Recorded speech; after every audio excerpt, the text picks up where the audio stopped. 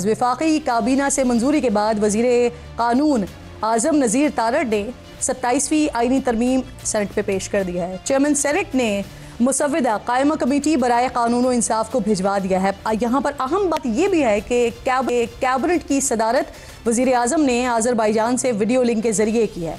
वजीर आजम 2 रोज़ा दौरे पर कल बाकू गए थे। हुकूमत को ऐसी क्या जल्दी थी कि वज़ीर आज़म की वापसी का इंतज़ार भी नहीं किया गया? ये वो सवाल है नाज़रीन जो अपोजिशन उठा रही है। 27वीं तरमीम के मुसव्विदे में 39 शिकों में मुख्तलिफ तरामीम तजवीज़ की गई हैं, जिनमें 40 तरामीम अदलिया से मुतल्लिक हैं। वज़ीर कानून ने सेनेट में 27वीं तरमीम पेश करते हुए बताया कि आर्टिकल 243 में तरामीम से chairman joint chiefs of staff committee का ओहदा 27 नवंबर 2025 से ख़त्म हो जाएगा। आर्मी चीफ को चीफ ऑफ डिफेंस फोर्सेस का इजाफी ओहदा देने समेत फील्ड मार्शल को कौमी हीरो का दर्जा देने और ताहयात मराद देने की भी तजवीज़ है। वज़ीर आज़म चीफ ऑफ डिफेंस फोर्सेस या आर्मी चीफ की सिफारिश पर नेशनल स्ट्रेटेजिक कमांड का सरबरा मुकर्रर करेंगे, जिसका ताल्लुक पाक फौज से हो। The office of Chairman Joint Chief of Staff Committee shall stand abolished with effect from 27th day of November 2025. Army chief जो है वो चीफ ऑफ डिफेंस फोर्सेस होंगे, फील्ड मार्शल हैं, marshal of the air force हैं या admiral of the fleet हैं। ये कौमी हीरोज होंगे जिनको ये टाइटल दिया जाएगा और ये टाइटल सर सारी दुनिया में ताहयात है। उस टाइटल को भी आपने क्योंकि प्रोटेक्शन देनी है आईनी, उसकी इम्पीचमेंट या रिवर्सल जो है वो वजीर आजम का इख्तियार नहीं होगा, पार्लियामान का इख्तियार होगा।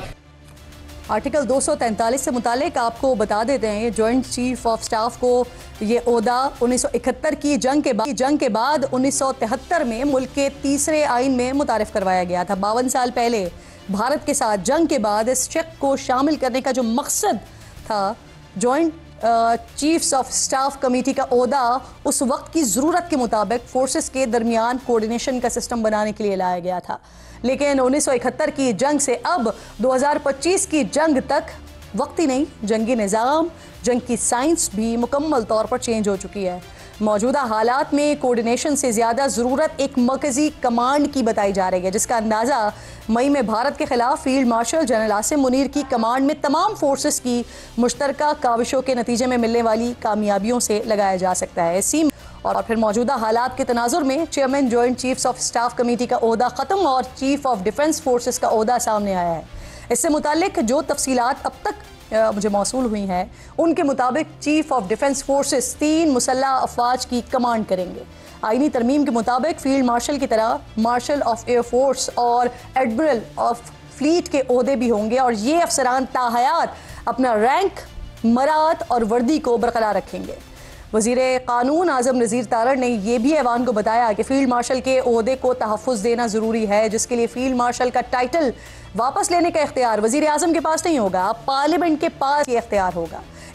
इसी तरह marshal of the air force and admiral of the fleet का टाइटल भी वापस लेने का इख्तियार सिर्फ पार्लियामेंट के पास होगा। यानी इन ओहदों पर मौजूद अफसरान को सिर्फ आर्टिकल 47 के तरीक़ाकार के तहत ही हटाया जा सकता है। जिस तरह सदर का मुआवजा किया जाता है और सदर के मुआवजे का तरीक़ाकार भी बड़ा वाज़ेह है। तहरीक पेश करने के लिए कौमी असम्बली या सेनेट के निस्फ अराकीन के साइन की ज़रूरत होती है, जिसके बाद पार्लियामेंट के मुश्तरका इजलास में दोनों ऐवानों की 2/3 अक्सरियत ज़रूरी है। दीगर तरमीम की साथ साथ बात कर लेती हूँ तो इनमें आईनी अदालत का क़याम शामिल है। आईनी अदालत को वफाक और सूबों के दरमियान तनाज़ात सुनने का इख्तियार भी होगा। आईनी अदालत के चीफ जस्टिस की मुद्दत मुलाजमत 3 साल होगी, जिन्हें सदर मुमलिकत वज़ीर आज़म की तजवीज़ पर तैनात करेंगे। आईनी अदालत का जज सुप्रीम कोर्ट से आएगा या फिर हाई कोर्ट से लिया जाएगा, जिसके लिए हाई कोर्ट का 7 साल का तजर्बा होना ज़रूरी होगा। सुप्रीम कोर्ट के नाज़रीन आईनी इख्तियारात महदूद और नई अदालत को मुंतकिल हो जाएंगे। आईनी अदालत आईनी तशरीह और तनाज़ात के फैसले करेगी। तरामीम के मुताबिक सुप्रीम कोर्ट या आईनी अदालत में तकर्रुरी से इनकार पर जज रिटायर तसव्वुर होगा। सबसे इम्पॉर्टेंट बात यह है कि जजेस की रिटायरमेंट की उम्र 65 से बढ़ाकर 68 साल करने की तजवीज़ दी गई है। पिछले दिनों सीनियर सहाफ़ी अंसार अब्बासी साहब उन्होंने खबर दी थी कि आईनी बेंच के सरबराह जस्टिस अमीनुद्दीन आईनी अदालत के पहले चीफ जस्टिस होंगे। जस्टिस अमीनुद्दीन साहब रवा माह 30 तारीख को रिटायर हो रहे हैं। अगर उनकी ये खबर दुरुस्त है तो फिर यहाँ पर ये सवाल उठता है कि क्या जस्टिस अमीनुद्दीन खान के रिटायरमेंट की मुद्दत में 3 साल की तौसी हो जाएगी आईनी तरमीम का इतलाक, या फिर नए आने वाले जजेस पर होगा। यकीनन इस सवाल का जवाब भी चंद दिनों में हमारे सामने आ जाएगा। इन तरामीम के साथ आर्टिकल 175A में जजेस तकर्रुरी के लिए नया तरीक़ाकार भी तजवीज़ किया गया है। सुप्रीम जुडिशल काउंसिल की तश्कील 9 तजवीज़ की गई है, जिसमें दोनों अदालतों के चीफ जस्टिस बतौर अरकान शामिल होंगे। सुप्रीम जुडिशल काउंसिल के नए कवायद 60 दिन में बनाने की शर्त भी आयद होगी। जजेस transfer judicial commission of Pakistan के सुपुर्द की जा रही है। दीगर तरामीम में वज़ीर आज़म के मुशीरों की तादाद 5 से बढ़ाकर 7 हो जाएगी। वज़राए आला के सूबाई वज़रा 15 से बढ़कर 17 हो जाएंगे। ताख़ीर से मुंतखब सेनेटर्स मुद्दत मुकम्मल होने पर रिटायर हो जाएंगे। दूसरी तरफ सेनेट में 27वीं कौमी जो ये तरमीम है ये पेश किए जाने के अपोजिशन की तरफ से बड़ा शोर शराबा किया गया है। तहरीक इंसाफ के सेनेटर अली जफ़र ने कहा कि लगता है कि हुकूमत और इत्तेहादी जमातों को बिल मंजूर करवाने की जल्दी है। उन्होंने ये एतराज़ उठाया कि सेनेट में अपोजिशन लीडर की तकर्रुरी के बगैर 27वीं तरमीम पर बहस नहीं हो सकती। साथ ही नाज़रीन उन्होंने ये कानून व इंसाफ की कायमा कमेटी में शिरकत न करने का ऐलान भी कर दिया। JUI ने भी कमेटी का बॉयकॉट किया है। कि सबसे पहले तो ये बताइए, JUI ने आज मुश्तरका कमेटी का इजलास का बॉयकॉट किया है, मुसव्वदा देख लिया होगा ऑब्वियसली आपने। JUI का क्या मौक़िफ़ है इस पर? किन निकात को आप समझते हैं कि ये दुरुस्त हैं और किन निकात पर आपको एतराज़ है सर?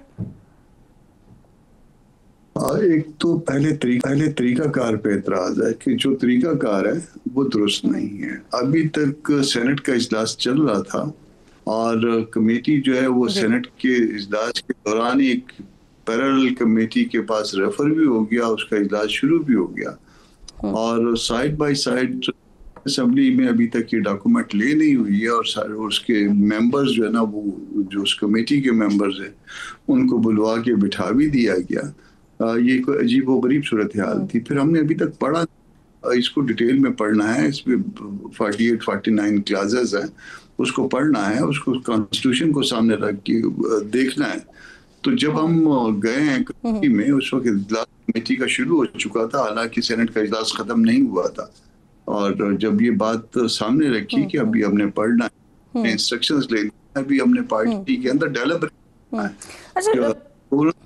कामरान साहब ये फरमाइएगा सर, वैसे ये जो बात कर रहे हैं आप, ये कानूनी तौर पर सर दुरुस्त है कि कौमी असेंबली में अभी तक ये ड्राफ्ट पेश नहीं हुआ और अरकान मुश्तरका इजलास में बैठ गए, तो ये कानूनी तौर पर गुंजाइश है इसकी कमेटी में सर बैठना? मैंने कहा सारी जिंदगी के इसी तरह के कामों में गुजर गई है, ये पहली दफा हम देख रहे हैं सारा कुछ।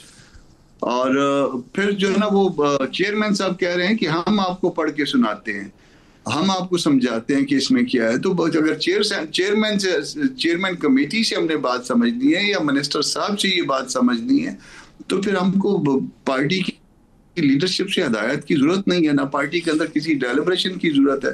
फिर ये तो सारा कुछ अंगूठे लगवा के अपने पास रखवा, तो ये उसमें मसला था, उसमें एतराज उठाया गया, मैंने उठाया, मेरी वाइफ उसकी अपना नेशनल असेंबली में उसने उठाया। तो ये हमने एतराजात किए, जो है ना वो कोई सुनने के लिए तैयार नहीं था, बहुत जल्दी में थे, तो फिर बाइकाट करके आ गए हम। और हमने कहा कि इस सूरत हाल में काम नहीं वो कर सकते। फिर इसके साथ साथ जो सबसे बड़ी बात है 26th अमेंडमेंट में ये पार्टियां एक कमिटमेंट के साथ आई थी कि ये जो है ना ये कमिटमेंट है और इसको हमने इन चीजों को तस्लीम नहीं किया था।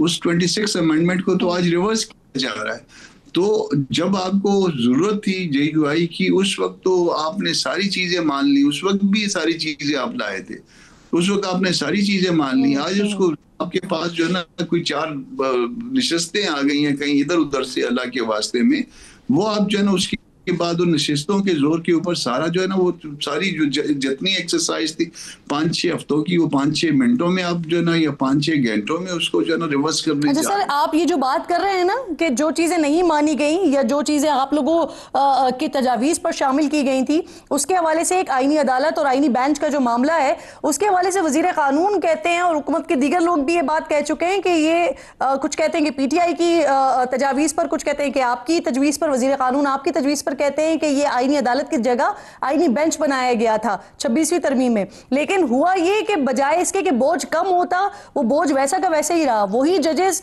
नॉर्मल केसेस भी वही सुन रहे थे और जो आईनी केसेस से वो भी यही सुन रहे थे, तो इसी वजह से फिर ये आईनी अदालत की तरफ मामले को लेकर गए। सर नहीं, गलत कह रहे हैं। मैं नहीं कहता कि गलत कह रहे हैं, मगर ये कहूंगा कि ये दुरुस्त नहीं फरमा रहे हैं। एक तो ये है कि पीटीआई हर पूरे मामले की शरीक थी, उसमें कोई कहीं पे भी वो ऐसा नहीं था कि वो शरीक नहीं, एक चीज में उसको एतमाद में लिया था मौलाना साहब ने। दूसरी बात ये है कि ये उस वक्त भी तजवीज यही थी और उस वक्त का आर्गूमेंट भी यही था। उस वक्त के आप क्लिप निकाल के देख लीजिए, यही आर्गूमेंट, यही इरशादात फरमाते थे मिनिस्टर साहब भी और उनके बाकी दोस्त भी, सब यही कुछ फरमाते थे। मगर उसके नतीजे में जो है ना, वो आज जो है वो पहले से बुरा हाल हो गया। तो फिर अब जो कुछ करने जा रहे हैं ये मजीद बुरा हाल हो जाएगा। इसके बाद मिनिस्टर साहब कहेंगे कि जी ये तजर्बा नाकाम हो गया, अगर वो उस वक्त तक मिनिस्टर हुए तो। सही। अच्छा सर, कल आपकी पार्टी के ज़ियाउर रहमान साहब साथ मौजूद थे, वो दावा कर रहे थे कि 26वीं तरमीम में भी आर्टिकल 243 के हवाले से चीज़ें मौजूद थीं जिसे आप लोगों ने निकलवाया था। तो सर वो क्या निकात थे, कौन सी चीज़ें थीं जो निकलवाया गया था? वो थोड़ी सी डिफरेंट एंगल से थी, मगर 243 उसमें भी मौजूद था। मेरे पास उसका प्रपोज ड्राफ्ट पड़ा हुआ है, वो किसी वक्त अगर मौलाना की इजाजत हुई तो वो शेयर कर दूंगा। उसमें भी बहुत सारी चीजें थी और इसमें किसी और एंगल से हैं, उसमें किसी और एंगल से हैं। मौजूदा चीजें हो रही हैं उससे मुख्तलिफ थी, दूसरे एंगल में थी। ठीक, अब उसको जो है वो किसी वक्त शेयर कर देंगे। फिर इस वक्त उस बात को छोड़िए, वो चीजें जो है ना वो भी जो है ना वो शेयर हो जाएंगी अल्टीमेटली। वो मेरा ख्याल ये था कि आज मैं एक टेबल बनाऊंगा, अगर आज ये कमेटी का जो है ना मामला दुरुस्त समत में चलता तो टेबल बनाते, फिर उसके सामने रखते कि कल का ये आर्गूमेंट था और ये आपका प्रपोजल था। उसके बाद प्रपोजल वो बदली होते गए और किस शक्ल में बदली होते। कामरान साहब, कौमी असम्बली में तादाद हमारे सामने सर 237 है, वहां पर सेनेट में यहाँ पर सिर्फ 3 वोट्स और हुकूमत को दरकार है और बड़ी हुकूमत पर उम्मीद है कि 13-14 तारीख तक ये हम मंजूर करवा लेंगे। तो आप क्योंकि बॉयकॉट कर रहे हैं इसका, आप मुस्तरद कर रहे हैं इन तरामीम को, तो अब आपका अगला लाए अमल क्या होगा? मेरा ख्याल है कि मौलाना साहब का स्टेटमेंट शायद कोई आ गया होगा या आने वाला होगा। मेरी उनसे मौलाना साहब से बात हुई है, मैंने आज की जो रिपोर्ट है वो उनको अर्ज कर दी थी और वो शायद मीडिया से बात कर चुके होंगे या बात करने वाले होंगे।